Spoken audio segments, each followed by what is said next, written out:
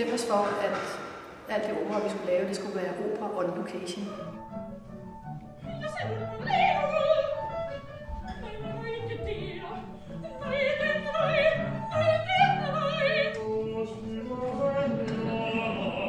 Og der er nogle møbler i hver eneste scene, som ligesom er centrum for scenen. Sengen i Don Giovanni og stolene i Traviata og staffeliet i Tosca for eksempel.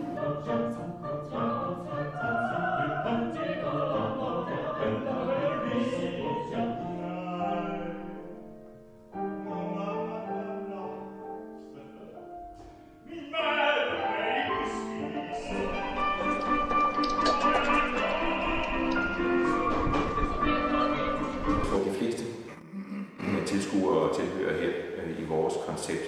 Vi er overrasket over kraften i lyden, og det er også det, som man meget tit bliver grebet af, det når man bliver omsluttet af lyd som tilhører, og bliver på en måde forført af lyden.